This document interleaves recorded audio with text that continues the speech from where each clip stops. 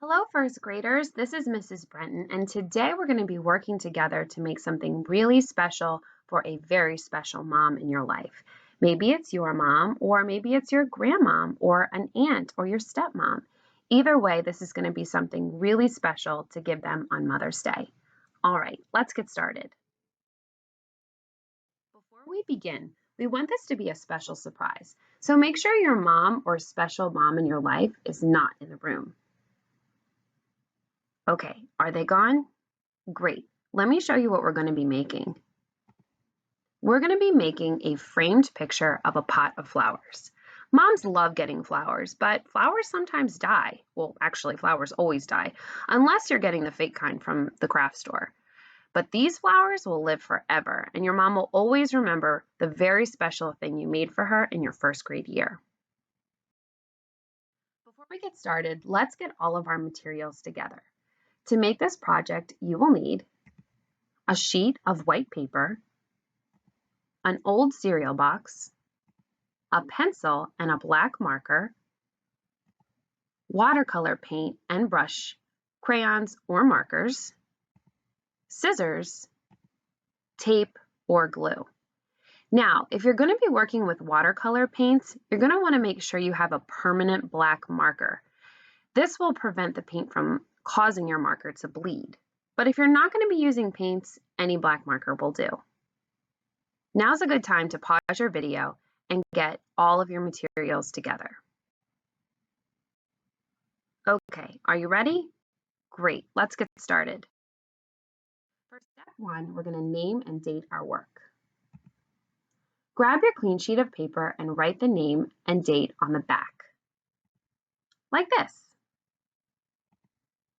Now flip it over to the clean side, because you are ready to start drawing. For step two, we're going to draw the flower pot. Begin by finding the center point of your paper, and then move down just a little bit to about here. Now, draw a long, thin rectangle. It should look something like this. When you're done, draw two slightly diagonal lines that touch the bottom of the page. It should look something like this. You have just drawn your flower pot. If you need to pause the video to catch up, go ahead and do that now.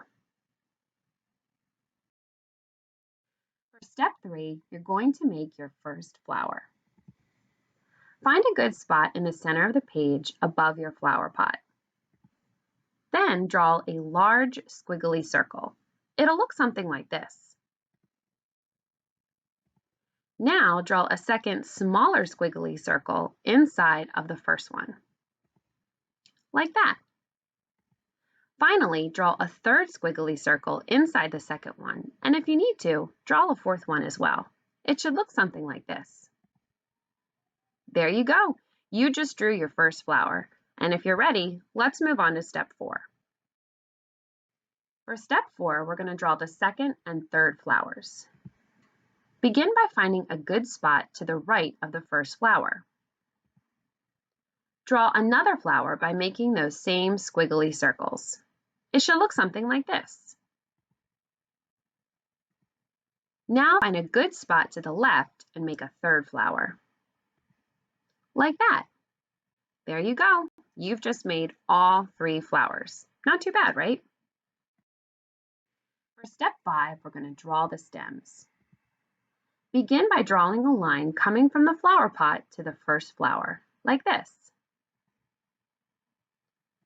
Now draw a second line that goes right next to it, like that.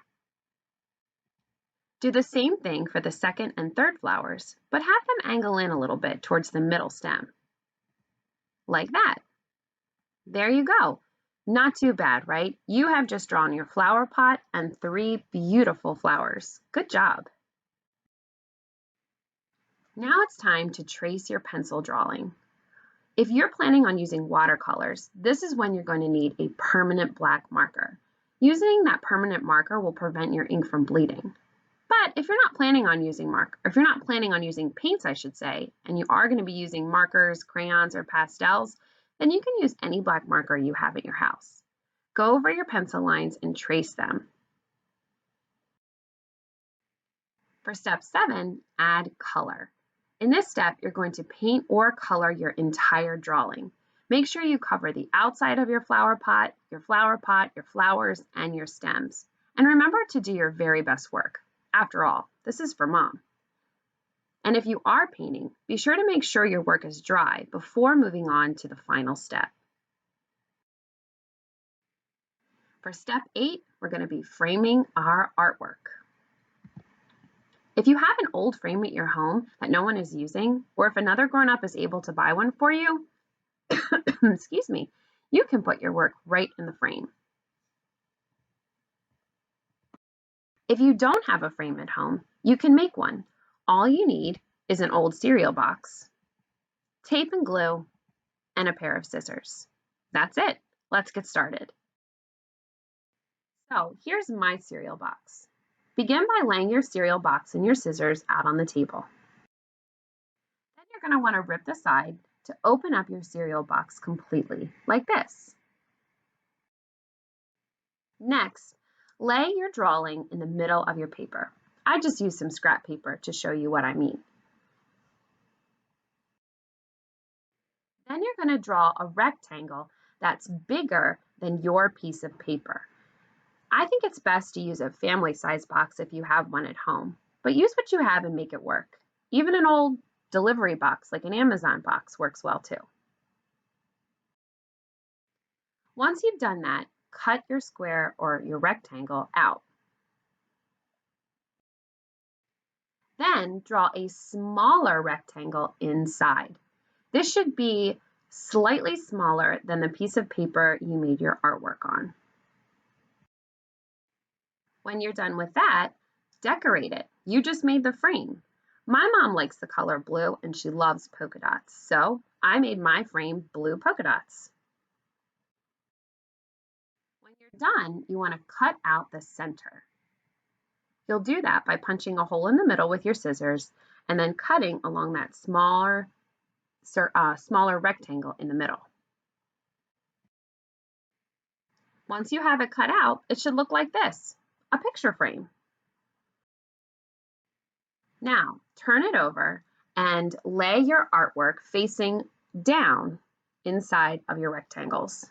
Now's a good time to get out your glue and tape.